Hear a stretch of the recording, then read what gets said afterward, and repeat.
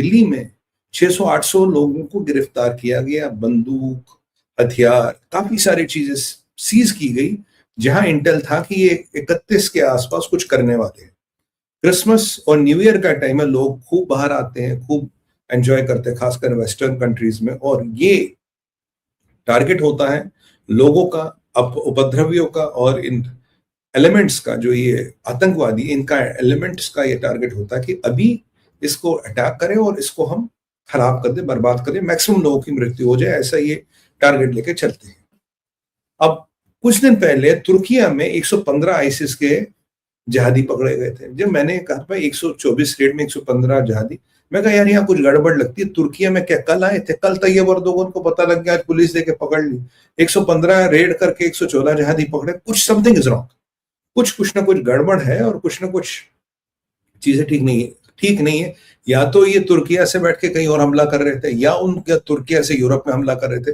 तब मैंने एक संकेत दिया था टीवी पे भी, मैंने कहा मुझे लगता है ये जो आईसिस के लोग यहाँ बैठे थे, इनका कहीं ना कहीं यूरोप में अटैक था। ये आईसिस ये तुर्किया पे अटैक नहीं करते, मेरा ऐसा मानना नहीं था, यूरोप में इनका कहीं ना कहीं अटैक करने का मंशा थी। आप में से काफी लोगों को मैंने कहा था, डू यू रिमेंबर, एक दो कमेंट्स भी चलेंगे, मैंने कहा मुझे लगता है इनका यूरोप अटैक करने का प्लान था। अमेरिका का डंडा आया, तैयब अर्दोगन ने कुछ पकड़ लिए, कुछ पकड़ लिए होंगे, कुछ निकल गए होंगे। क्योंकि अगर मैं तुर्किया से स्विट्जरलैंड जाऊं, शायद 12-14 घंटे I can drive and reach, गाड़ी चला के।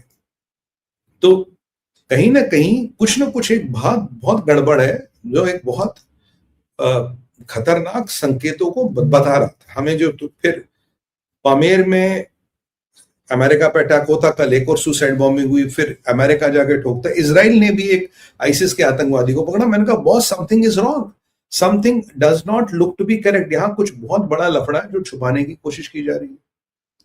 अब चलते स्विट्जरलैंड, ये रूपरेखा थी। तो अगर आप में से किसी को याद है तो kindly do put in a comment and say yes, मैंने कहा था, it helps us to be a tune, और सब थोड़ा सतर्क रहते, थोड़ा सब मिलके डिकोडिंग में मजा आता, लोग का भी साथ मिलता तो और भी अच्छा लगता। देखिए, ये कहते हैं कि बहुत बड़ा धमाका हुआ, उसके बाद ये 40 लोग करीब मर गए और काफी लोग बहुत बुरी तरह से जख्मी हैं, अस्पताल भर गए हैं, जगह नहीं है। धमाका हुआ। बार फायर वेस्टर्न वर्ल्ड में बड़ा कॉमन है, बारों में कुछ कभी कभी आग लग जाती है, बड़ा दुर्भाग्यपूर्ण है। पर एक बार बताइए, बार फायर में इतना बड़ा धमाका, अगर आप फायर की वीडियोस देखेंगे, इतना बड़े बड़े आग के क्लाउड्स हैं, ये कहां से आ गए?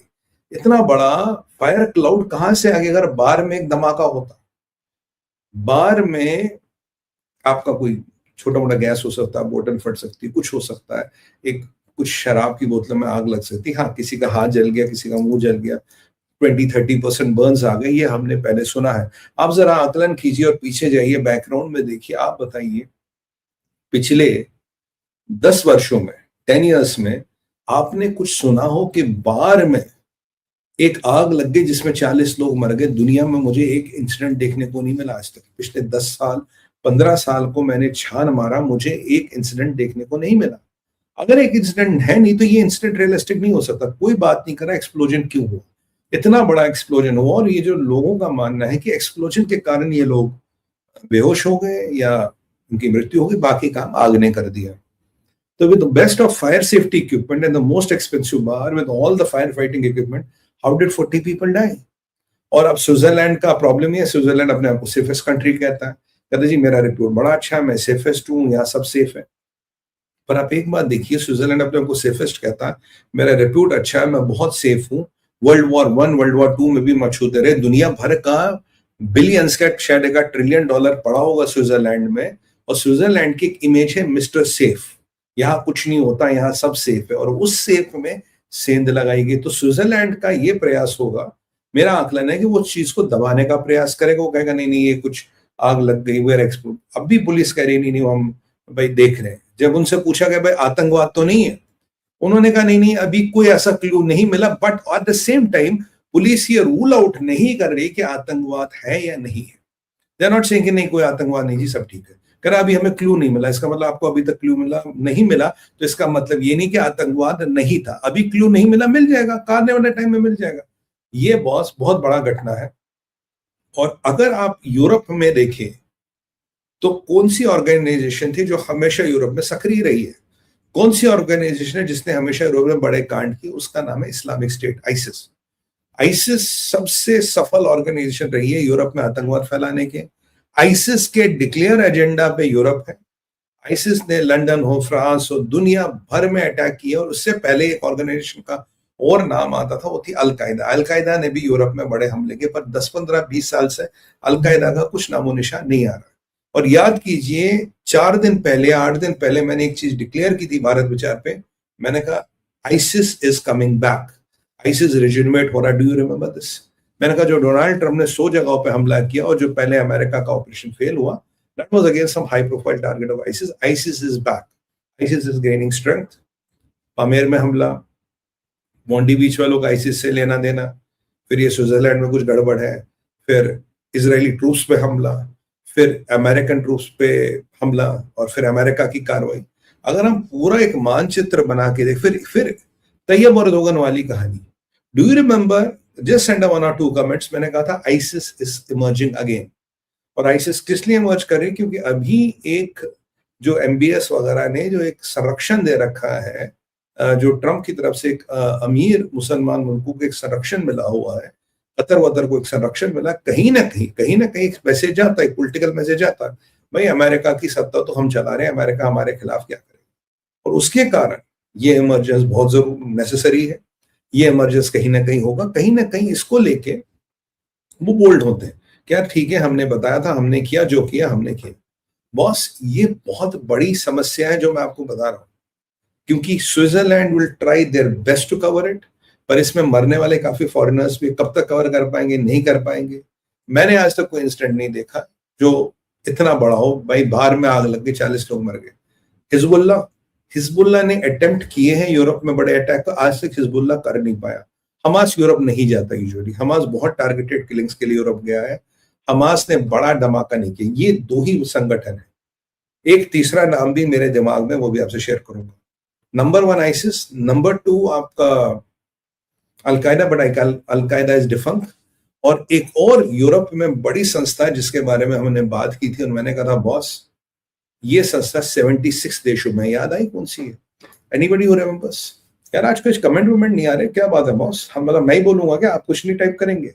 मैंने बोला एक ऑर्गेनाइजेशन है जो 76 देशों में सक्रिय है, उसके 7 लाख से ज्यादा मेंबर्स हैं, और ये हमास का बाप है। हमास का वो जन्म इसने दिया था। Do you remember the organisation? Do you remember the organisation कौन सी है? अरे आपको तो सब पता, भारत विचार की ऑडियंस को सब पता होता ऑर्गेनाइजेशन कौन सी है। Do you remember the organisation? पता होगा आपको, come on, you must be knowing it, remember. Should I wait or should I carry on? चलिए, मुझे लगता है आज सब टाइपिंग के मूड में नहीं है कोई, चले आई कैरी ऑन। ये जो ऑर्गेनाइजेशन है जिसके बारे में मैंने आपको कहा था, मैंने कहा था मुस्लिम ब्रदरहुड, या मुस्लिम ब्रदरहुड, बिल्कुल। मैंने हिंट ने, वाह मुस्लिम, गुड गुड गुड। मुझे लगा आज मुझे ही बोलना पड़ेगा, हमारे भाई थोड़ा आज न्यू ईयर के मूड में है। अरे सबसे पहले तो मैं आपको कहना ही भूल गया, आप सबको ग्रिगोरियन कैलेंडर न्यू ईयर की हार्दिक शुभकामनाएं। आप सबको और आपके परिवार को ग्रिगोरियन कैलेंडर न्यू ईयर की हार्दिक शुभकामनाएं। अभी हिंदू नववर्ष आएगा, नवरे, युगादि, जो भी एक साथ आता है। तो अभी हम बात कर रहे थे किसकी? मुस्लिम ब्रदरहुड की। मुस्लिम ब्रदरहुड का हेड ऑफिस कहाँ है? मुस्लिम ब्रदरहुड का हेड ऑफिस लंदन में है। 57 मुसलमान मुल्क है, तो 76 कंट्रियों में कहां से आ गए? मैंने आपको बोला था ये पूरा बॉस इसका यूरोप में पूरा पकड़ है। अब ये कहने को अपने आपको पॉलिटिकल इस्लाम या पॉलिटिकल ऑर्गेनाइजेशन बताता, बट इसके हमास का जहता, हमास का जन्म इसने दिया। तो इसके ऐसे चट्टे बट्टे हैं जो इसके कहने पे ये कांड करा सकते हैं। और अभी यूरोप को दहलाना बहुत जरूरी है इनके हिसाब से, क्योंकि यूरोप में सबसे बड़ा थ्रेट क्या है? अगर आप यूरोप का सबसे बड़ा थ्रेट देखेंगे तो यूरोप का सबसे बड़ा थ्रेट ही इस्लामाइजेशन है। मैं तो इनको कब से कह रहा हूँ, यूरोप का सबसे बड़ा थ्रेट इस्लामाइजेशन है। और वो इस्लामाइजेशन ही से कहीं ना कहीं बच के पता नहीं दाएं निकल रहे, बाएं निकल रहे, क्या कर रहे हैं। I have no understanding what the hell they are doing, but boss जो ऊपर से दिख रहा है, the things are not as good as hunky dory. They might look to be, there is something more than what the I can see. और ये 3 मेरे हिसाब से ऑर्गेनाइजेशंस मेरे लिस्ट में आते हैं। हिजबुल्लाह नो, हमास नो, उनका सिग्नेचर नहीं है। आईसिस टिपिकल अलकायदा का सिग्नेचर है, बट दे आर डिफंक्ट। और मुस्लिम ब्रदरहुड के माध्यम से, ये सपोर्ट से किसी ने कराया, क्योंकि ये स्विट्जरलैंड के किले में एक सेंध लगानी थी, वेर यू से माय फोर्ट इज इनविंसिबल। मैं आपके यहाँ बम करता हूँ, 40 लोग को मार देता हूँ आपके एक बार में, और वो भी पहाड़ के ऊपर एक स्कीइंग रिजॉर्ट में, तो आपका ये जो इनविंसिबिलिटी का मिथ है, आई विल शैटर इट। यही बिल्कुल इन्होंने किया है। और देखो, अगर आप